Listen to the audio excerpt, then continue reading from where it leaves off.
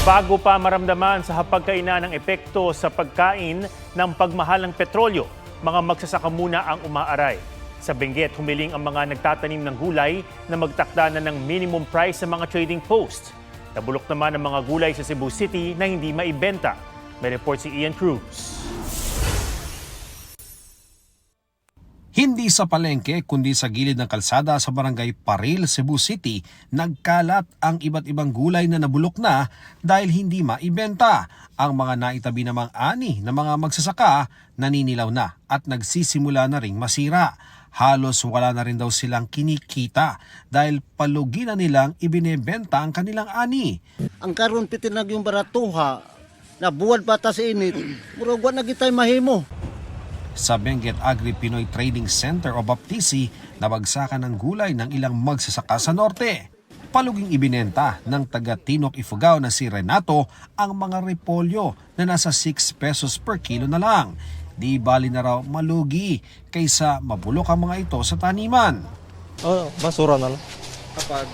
Kapag hindi harvestin, baso na lang sa garden. Sana makuha yung presyo para kikitain kami naman.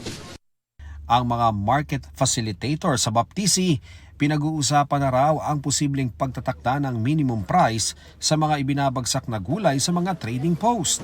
Bali, magbe-benefits din doon yung farmers kasi kahit anong pwedeng itanim nila, at least alam nila na may babalik na expenses pag ganun na ang presyo ng gulay hindi bababa sa 20, lalo na yung mga cabbage.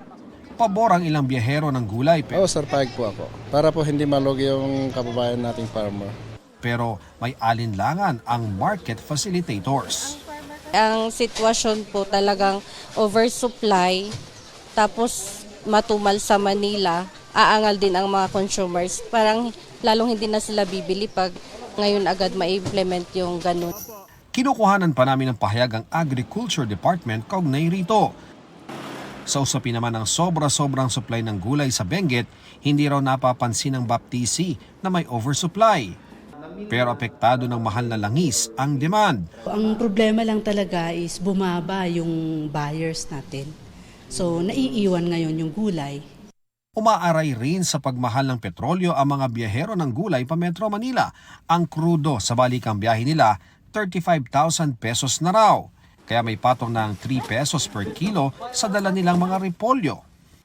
Sa Mega Q-Mart sa Quezon City, nasa 50 to 80 pesos na ang kilo ng repolyo at pechay. Ian Cruz, GMA News.